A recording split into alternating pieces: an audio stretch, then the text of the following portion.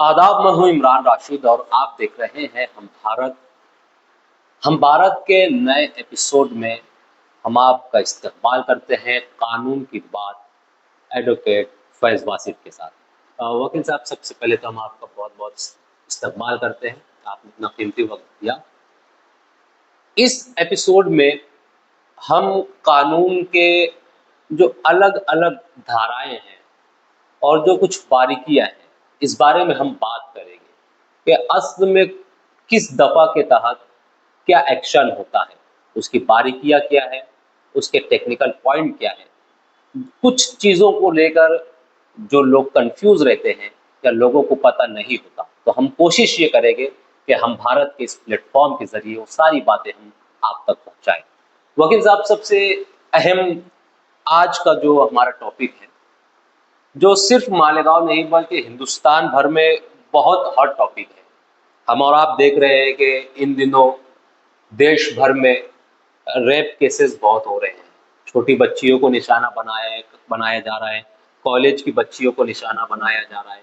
76 और पॉक्सो के मामला बहुत ज़्यादा बढ़ चुके हैं, तो हम चाहते हैं कि आज इस टॉपिक पर हम आपसे बात करें।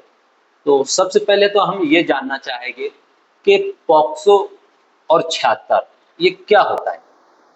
सबसे पहले मैं इमरान राशिद साहब और उनकी पूरी टीम का बहुत बहुत शुक्रिया अदा करता हूं कि आप लोगों ने मुझे इस मुख्तलिफ टॉपिक पर और इस अहम मौजू पर गुफ्तगू करने के लिए याद किया।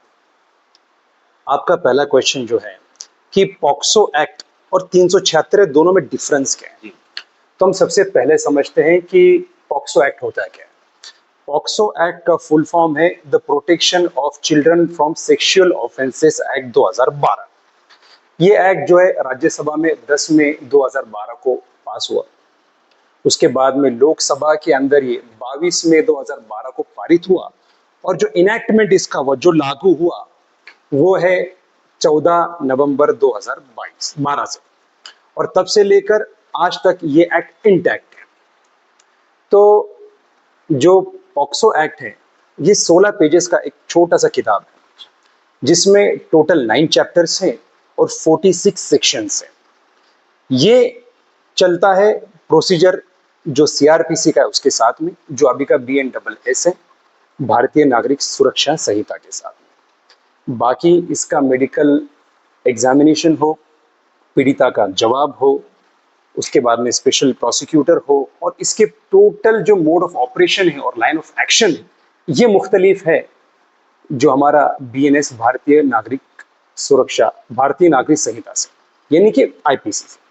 और रही बात सेक्शन 376 की, तो ये आता है IPC के तहत, जो अभी का नया सेक्शन हो चुका है 64 BNS का। टोटल 64 से लेकर तो 70 तक इसकी डेफिनेशन दी गई है कि रेप अगर एक दफा हो तो उसके अंदर सेक्शन 64, फिर गैंग रेप से लेकर तो मुख्तलिफ मोड ऑफ ऑपरेशन इसमें बताया गया। हम ये जानना चाहेंगे कि पॉक्सो के मामले में अगर कोर्ट किसी को सज़ा सुना देती है, तो वो सज़ा ज़्यादा से ज़्यादा कितनी हो सकती है और कम से कम कितनी हो सकती है? इसी अच्छा तरह 76 के मामले में भी सज़ा ज़्यादा से ज़्यादा कितनी हो सकती है और कम से कम कितनी हो सकती है? बहुत अच्छा सवाल किया आपने। जब ये एक्ट लागू हुआ 2012 में, तो इसमें जो पनिशमेंट थी अप टू 10 ईयर्स थी।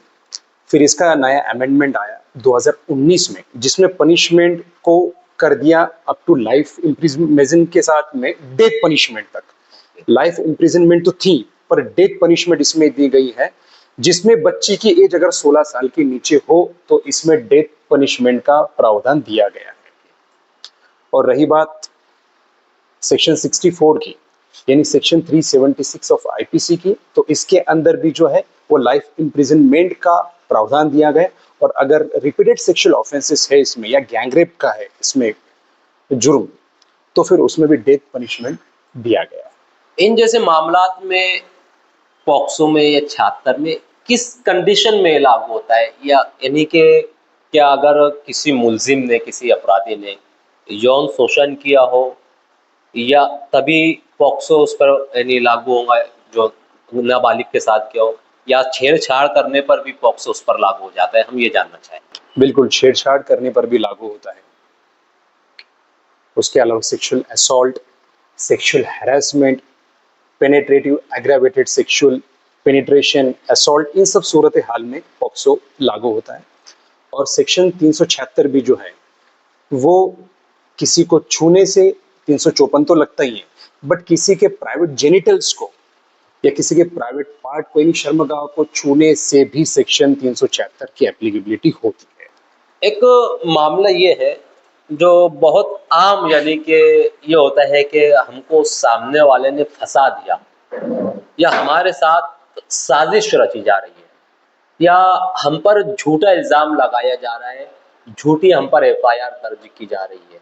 तो क्या इन मामलात में ऐसा मुमकिन है? बिल्कुल है। देखिए, बहुत कम लोग जानते हैं कि झूठी एफआईआर करने पर, झूठा केस दर्ज करने पर उसके लिए भी एक स्पेशल प्रोविजन, एक स्पेशल सेक्शन आईपीसी के अंदर, यानी बीएनएस में दिया गया है। अगर किसी ने किसी पर झूठा केस दर्ज किया तो उस सूरत हाल में सेक्शन 182 ऑफ आईपीसी और सेक्शन 211 ऑफ आईपीसी, यानी कि जो अभी के नए सेक्शन है 217 और 248 बीएनएस के, ये एप्लीकेबल होते हैं।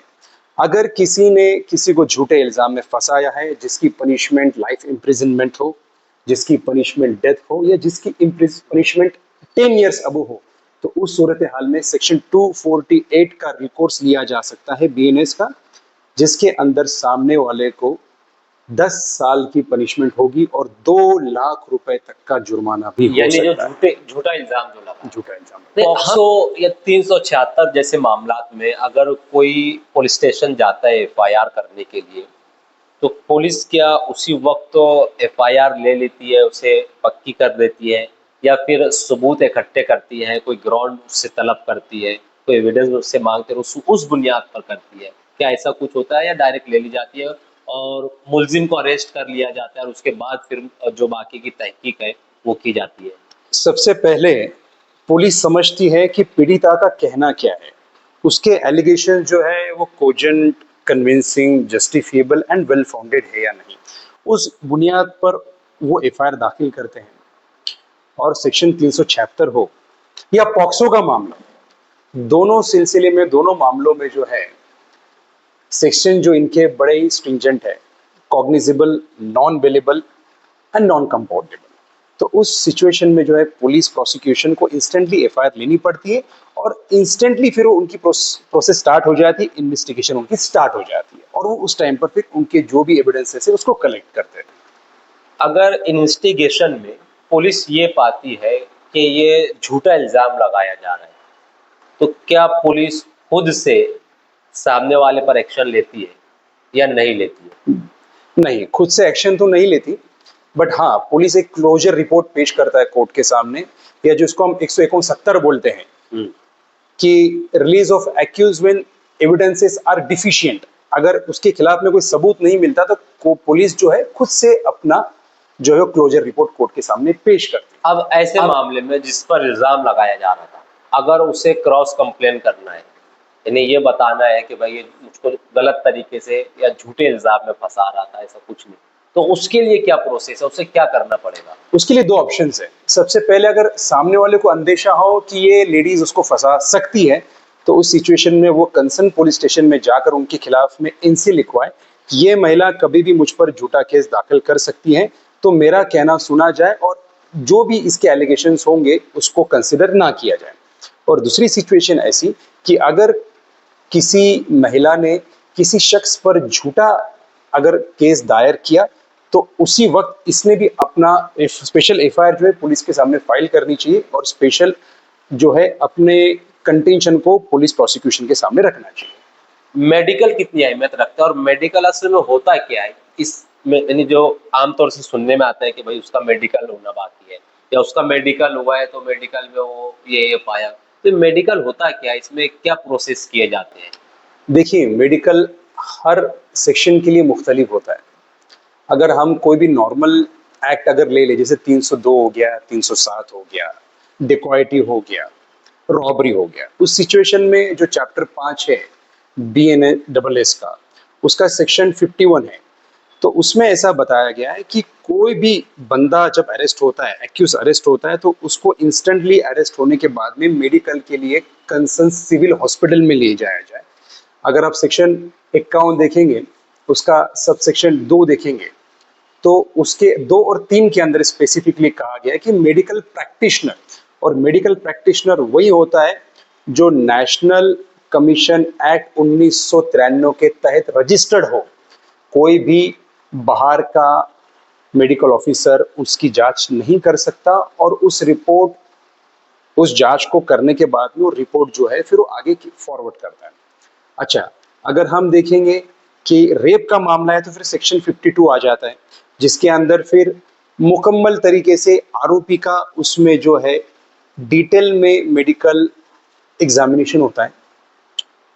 और अगर हम देखेंगे पीड़िता का, अगर रेप का मामला है, अगर हम पीड़िता का देखें तो सेक्शन 164A जो सीआरपीसी का था, अभी का सेक्शन 184 है, तो उसका जो है मेडिकल एग्जामिनेशन एक वुमन के सर्विलेंस में ही होता है, एक वुमन ही उसका मेडिकल एग्जामिनेशन करती है। बट अगर हम पॉक्सो की बात करें, जहां पर बच्ची की उम्र 18 साल से नीचे है, तो उस सूरत हाल में सेक्शन 27 जो है पॉक्सो एक्ट का, उसमें बच्ची का एक मुख्तलिफ तरीके से मेडिकल एग्जामिनेशन होता है, और उसका मेडिकल एग्जामिनेशन करने वाली एक महिला डॉक्टर चाहिए। उसी के साथ साथ बच्ची के पेरेंट्स वहां पर मौजूद हो। अगर पेरेंट्स मौजूद नहीं हो सकते तो एक लेडी, एक वुमन उसकी तरफ से वहां पर मौजूद हो। मेडिकल होता ये है कि वजाइनल स्वैप, उसके अलावा semen, hymen, labia minora, labia majora, vulva, pudenda, perineum, fourchette, मतलब ये सारी चीजों की बुनियाद पर डीएनए निकाला जाता है। अगर किसी के नेल्स के अंदर अगर ब्लड का निशान है तो उसको स्वैप करके उसकी बुनियाद पर डीएनए की जांच की जा सकती है। अगर कहीं एब्रेजन है, कहीं स्क्रैचेस है, कहीं मारा गया है, कहीं दांतों के निशान है, तो उसकी बुनियाद पर मेडिकल किया जाता है और उसी को चार्जशीट के अंदर लगाया जाता है। बेशक मेडिकल जो है ये एक इंपॉर्टेंट डॉक्यूमेंट होता है चार्जशीट का, पर ऐसा नहीं कि सबसे इंपॉर्टेंट डॉक्यूमेंट होता है। सबसे इंपॉर्टेंट इसके अंदर होता है बच्ची का स्टेटमेंट।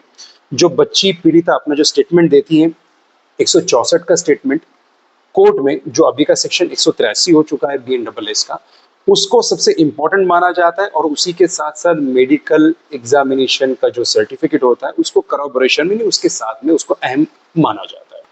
चार्जशीट की बात आई तो चार्जशीट क्या होती है और इसकी जो टाइम लिमिट होती है, यानी कितने दिनों में कोर्ट में पेश करनी होती है?